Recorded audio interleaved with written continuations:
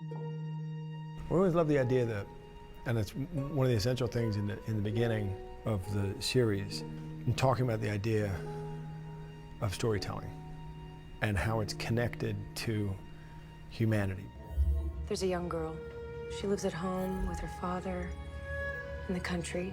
Humanity has a story, that essential quality that humans compose stories to explain reality to themselves. And so for us, the question of where is the season, where is the series going, and where will it end, is bound up in that question. How do you account for humanity's violence and rapaciousness and anger?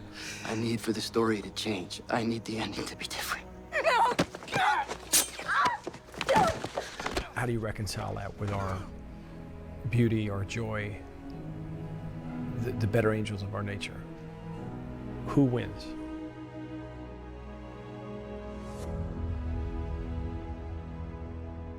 When we return this season, we're continuing our investigation and inquiry into free will. The hosts have been created and subjugated by human beings from the beginning. They've escaped, they've survived, and the conundrum there is, how do you deal with human beings? How are they going to go about controlling a inherently kind of analog, uncontrollable, messy, collective organism like humanity? We're missing something. Dancing. There should be dancing! Hale has decided that the best way to deal with human beings is to make sure that you control them. And she has a plan, and it's a pretty good one. Are they hosts? I don't believe so.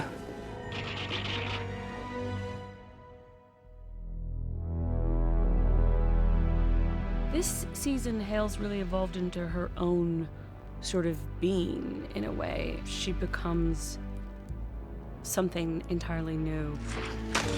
In a way, she sort of views humans as the new host, Soon, it won't matter where they run. Everyone will be under my control.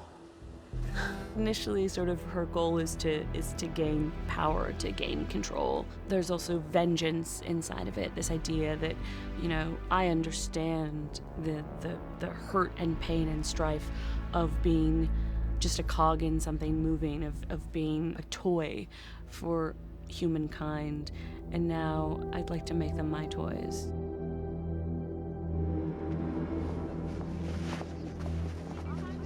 And then there's Dolores.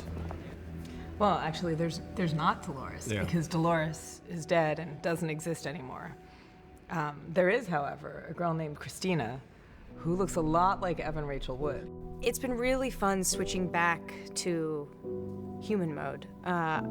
For a couple seasons, Dolores/Wyatt has been on a mission, and she hasn't been able to show her cards. She hasn't been able to show her emotions. She's just she's had a very one-track mind. And so to bring back that vulnerability to the character has been lovely, and it's actually reminded me a lot of the first season and of Dolores' original awakening. But now, getting to do it in a slightly different way as this modern woman.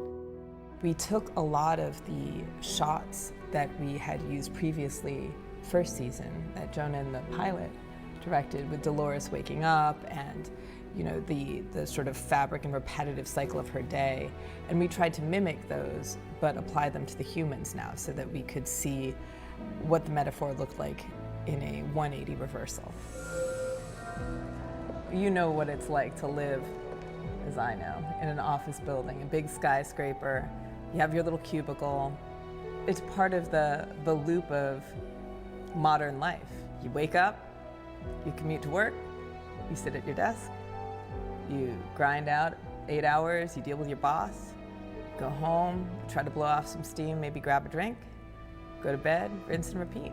So essentially, she's a storyteller, and she writes the narratives for the characters in this video game, or what she believes to be a video game.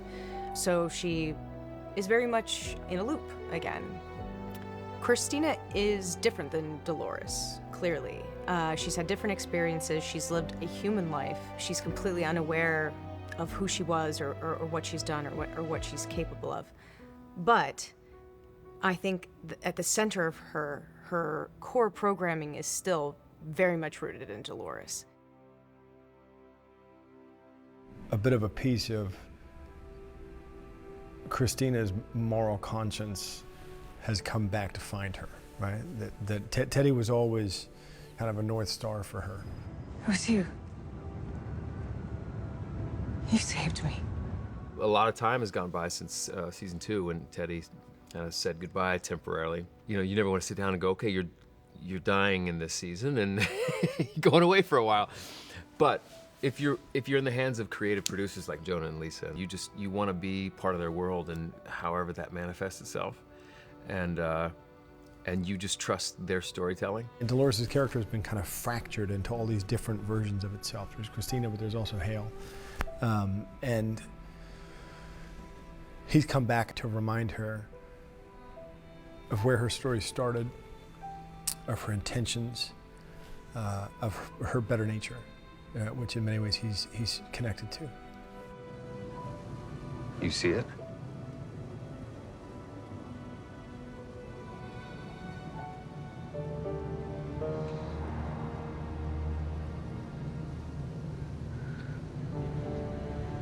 I do. The idea that Host City is this entirely different world located just off the coast of Manhattan was something that really appealed to us. The idea that they'd so constricted the ability for the humans to see what's right in front of them, to see this entirely different world, was something that really resonated with us as a metaphor for how brainwashed they could be, similarly to how the hosts were brainwashed season 1. She's controlling them through sound, and throughout the season, you'll see this kind of conical shape repeated throughout the city in the lampposts and little design elements here and there as ways in which she is broadcasting the sounds that she controls humans with. Watch, pal. We were also trying to imagine what a world designed by hosts would look like. The ways in which everything from the architecture of the place to the architecture of their own bodies would be shifted when looked at not through an anthropomorphic lens, but through the lens of an artificially intelligent being. Much of Hale's plans here are to throw off the shackles of their inheritance from their flawed creators. And some of those shackles also involve their own bodies, which were creations and not, organic or germane to who they truly are. We're capable of so much more. Beauty, the pursuit of ultimate truth, the surrendering of the flesh. This sounds nice. Sorry you don't have more takers. Why don't you just force us to join you? Because that's what they would have done. I think that Hale's appreciation and almost sentimental hanging on to the man in black is also a symptom of her loneliness. And the only other person or host who knows that extreme feeling of loneliness is the man in black himself. He sort of represents, in many ways, kind of our id, right? I think that he was himself, as a character, fascinated by the warring nature of the warring sort of impulses within him. I think that's what's interesting about this show is no one is fully good or bad. That doesn't exist in any character, and I think that is true of life. So inside of this, sort of genre, yes, like plot-driven narrative, I think you have some offerings about the nature of our humanity that are really true and honest. She has, on the one hand, broken out of the loop of being subjugated by humans, but she's also perpetuated the loop by continuing this cycle where now she's subjugating others. And She now lives in a world of her own creation where she can puppeteer humans as she likes and where she must rule over these other hosts. It's a lonely place to be.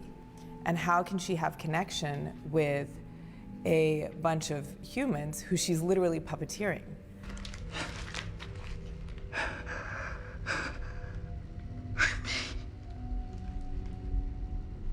Stop it. Well, you're certainly a version of you. I believe the 278th. There's a massive reveal in the middle of the season that he's in fact no longer alive, and he's just another version of himself, and not just one version of himself, but there's been 250 plus versions of himself, and that was a shock to me to find out, but an exciting one. The only thing better than one Aaron Paul is several. Slowly turning him from kind of an emblematic human, our one decent human being, and turning him into copies of himself would honestly just too delicious to pass up. Early on, he taunts Hale by saying he is something that she doesn't have. Frankie will not grow up in a world where she is controlled by you. We later realize that no matter how many incarnations of him there are, no matter how much hell he gets put through, even though it's illogical, he doesn't stop fighting because he's fighting for something bigger than himself. He's fighting for his daughter. And that's the thing that he hints that Hale does not have. And without that, victory is inherently meaningless. You won.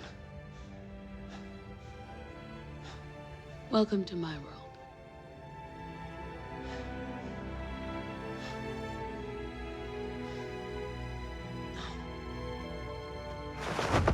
Are you ready, darling? For what? This is the new world. And in this world, you can be whoever the fuck you want. I think it also speaks to the terror and futility of war and violence in general, right?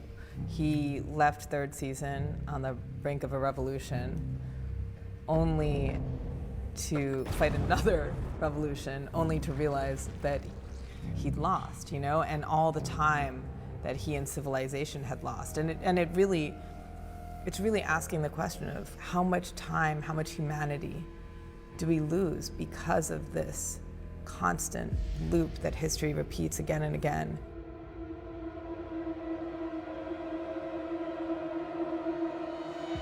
Are we stuck on a loop of violence that we cannot escape? This world is a lie. It's a story. A well-told one, but a lie all the same. I think narrative is the vehicle for collective memory. It's how we weave a common past and a common dream of the future. So the keeper of our stories is in some ways the determiner of our futures. And so Dolores is our storyteller. She has to decide what to do with the stories of the past and whether it's worth it to try to make a new story going forward, a new story for humanity and for hosts. That's what I'm writing, isn't it? Everyone.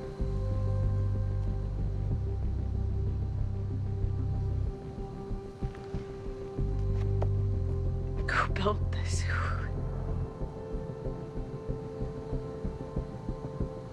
Who did this to me?